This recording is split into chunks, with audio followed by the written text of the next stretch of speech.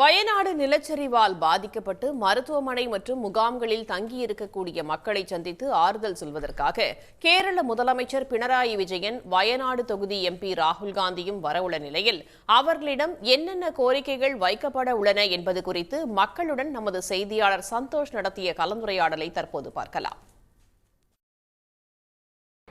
கேரள முதலமைச்சர் திரு பினராயி விஜயன் அவர்கள் இந்த மக்களை சந்திப்பதற்காக இன்றைக்கு வர இருக்கிறார்.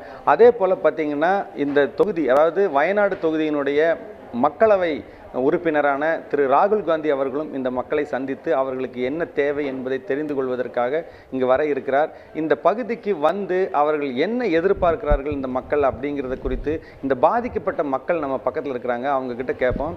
இப்போ இன்னைக்கு ரெண்டு பேருமே உங்களை சந்திக்கிறதுக்கும் பார்க்குறதுக்கும் வர்றாங்க. நீங்கள் அவங்கக்கிட்ட என்ன எதிர்பார்க்குறீங்க? சார், அவங்ககிட்ட என்ன எதிர்பார்க்குறோன்னா, நாங்கள் இது நாள் வரைக்கும் 10-25 வருஷமாக அங்கே இருக்கிறோம். இப்போ இது வரைக்கும் ஒன்று இது மாதிரி நடக்கலை, இது வரைக்கும் நடக்கலை. ஆனால் இப்போ நடந்திருக்குது. நாங்கள் இதனால் வரைக்கும் இந்த கூலி வேலை தான் செஞ்சு சாப்பிட்டுட்ருக்குறோம். ஆனால் இனிமேல் எங்களால் அங்கே நிற்கிறதுக்குள்ள நின்று எங்களுக்கு அங்கேருந்து பொழைக்கக்கூடிய வழி ஏதாவது தயார் பண்ணி தரணும் எங்களுக்கு.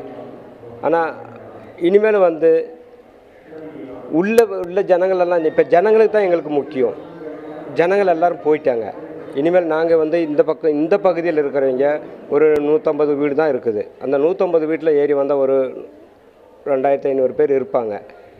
அவங்கள வச்சு நாங்கள் எங்களுக்கு அந்த நபர்களை வச்சு எங்களுக்கு நல்லதை செஞ்சு கொடுத்தா இந்த ரெண்டு, அதாவது கேந்திர கவர்மெண்ட்டாக இருக்கட்டும், கேரளா கவர்மெண்ட்டாக இருக்கட்டும், நல்லது செஞ்சு கொடுத்தா எங்களுக்கு வளர சந்தோஷம். சர்க்கார்கிட்ட நீங்கள் என்ன எதிர்பார்க்குறீங்க? எனக்கு சின்ன ஒரு வீடு, எனக்கு என் குழந்தைக்கு நான் சாகிற மட்டும் என் குழந்தைக்கு எனக்கு இருந்து போகிறக்கு ஒரு சின்ன ஒரு வீடு எனக்கு கிடைக்கணும். அது எங்கேயா இருந்தாலும் நல்லது. தண்ணி இல்லாத இடமா இருக்கணும். புத்துமலை இடிஞ்ச அன்னைக்கே அந்த இடமே இடிஞ்சு போயிட்டு நாங்கள் கம்ப்ளைண்ட் செஞ்சுட்டு இன்னும் இதுவரை இன்னொரு தீர்மானமாகும். இந்த கூலி தொழிலாளர்கள் சொன்ன கருத்துக்களை நம்ம கேட்டிருப்போம். ஏன்னா அவர்கள் இதுவரை சம்பாதித்த சம்பாதியமாக இருந்தாலும் சரி, அவருடைய வீடுகளாக இருந்தாலும் சரி, எந்த கனவுகளோடு அவர்கள் அங்கே வாழ்ந்து கொண்டிருந்தார்களோ அந்த கனவுகள் இன்னைக்கு துடை தெரியப்பட்டிருக்கிறது. அது மட்டுமல்ல, தங்களுடைய உறவினர்களை இழந்தவர்களும் பல பேர் இங்கே தவிச்சிட்டு இருக்கிறாங்க. இந்த ஒரு நிலையில தான் இன்றைக்கு இந்த இரண்டு தலைவர்களுமே இந்த மக்களை சந்தித்து ஆறுதல் சொல்வதற்காகவும், அதே போல அவர்களுக்கு என்ன தேவை என்பதை கண்டறிந்து அவர்களுக்கு செய்து கொடுப்பதற்காகவும் அவர்கள் இந்த மக்களை இன்றைக்கு காலையில் சந்திக்க இருக்காங்க. சன் செய்திகளுக்காக ஒளிப்பதிவாளர் நிதினுடன் என் சந்தோஷ். சன் நியூஸ் வாட்ஸ்அப் சேனலை ஃபாலோ செய்யுங்கள். QR கோடை ஸ்கேன் செய்து சன் நியூஸோடு இணைந்திருங்கள்.